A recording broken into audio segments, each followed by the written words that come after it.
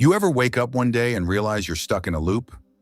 Not just any loop, but one that feels inescapable, one that keeps pulling you back no matter how hard you try to break free? It's like watching yourself from the outside, knowing exactly what's happening, knowing it's harming you, yet still being unable to stop. That's the terrifying nature of addiction. And when it comes to porn addiction, it's one of the most insidious and destructive loops you can get caught in. It doesn't announce itself. It doesn't come with a warning label. It starts subtly, innocently even. Just curiosity, just a moment of escape from stress, loneliness, or boredom. Just something to pass the time. And at first, it feels harmless.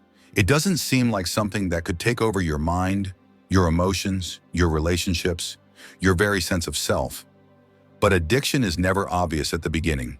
It's a slow, creeping thing that tightens its grip so gradually that by the time you realize how deep you've gone, it feels impossible to climb back out. Nobody ever thinks they'll get addicted. It starts with a click, a scroll, a moment of instant gratification. And then life goes on, right? Except it doesn't. Because the more you engage, the more it pulls you in, the more it rewires your brain.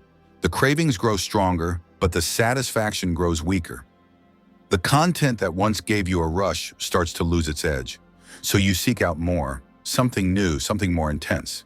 And before you know it, what was once just an occasional escape has become something else entirely. A cycle of compulsion and dependency that controls you more than you control it.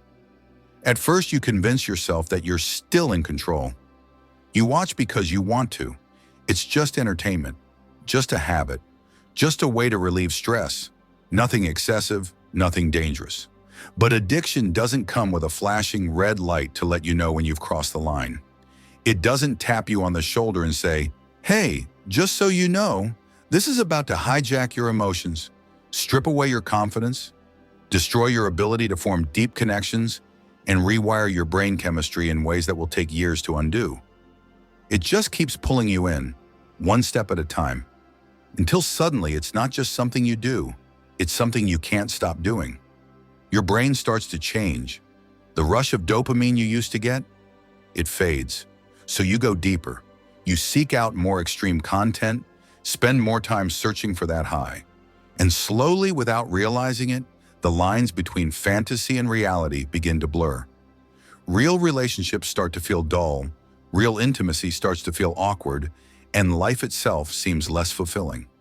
The things that once brought you joy, they start to lose their spark. Your energy, your motivation, your focus, all of it begins to drain away.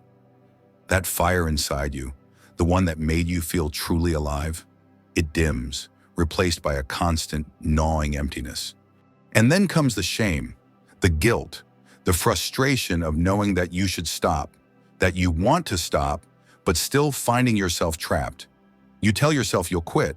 You promise yourself it won't happen again. And maybe you hold out for a day, a few days, even a week. But then the itch comes creeping back, stronger than before. You tell yourself just once more, just this last time. But deep down, you know it's never just once more.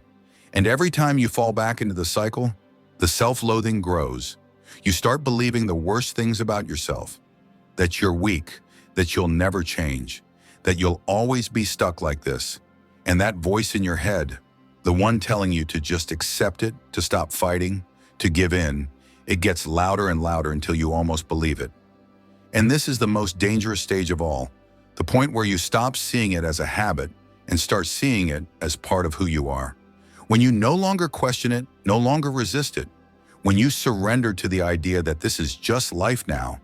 But that's the greatest lie addiction tells you, that you can't change, that you're powerless, that you'll never be free.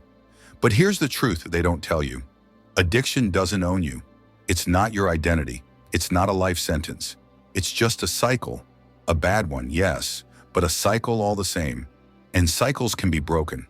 It doesn't matter how deep in you are, how long you've been trapped, or how many times you've failed before.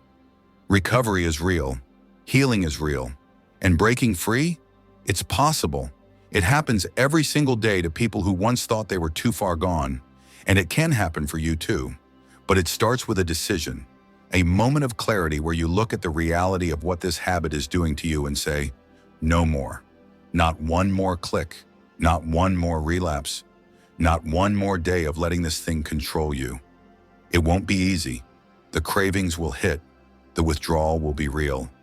Your brain will fight you, beg you to go back to what's comfortable, what's familiar.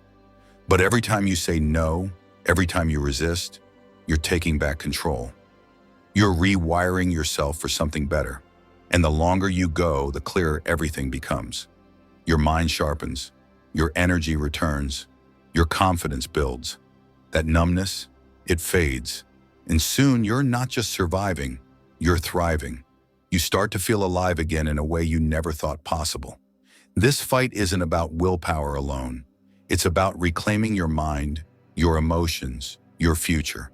And if you're still listening to this right now, that means something inside you already knows the truth, that it's time.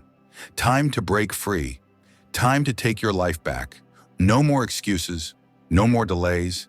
It starts today, right now, because you are stronger than this addiction. And your real life, the one where you are fully awake, fully present, fully in control, is waiting for you. The question is, are you ready to take it back?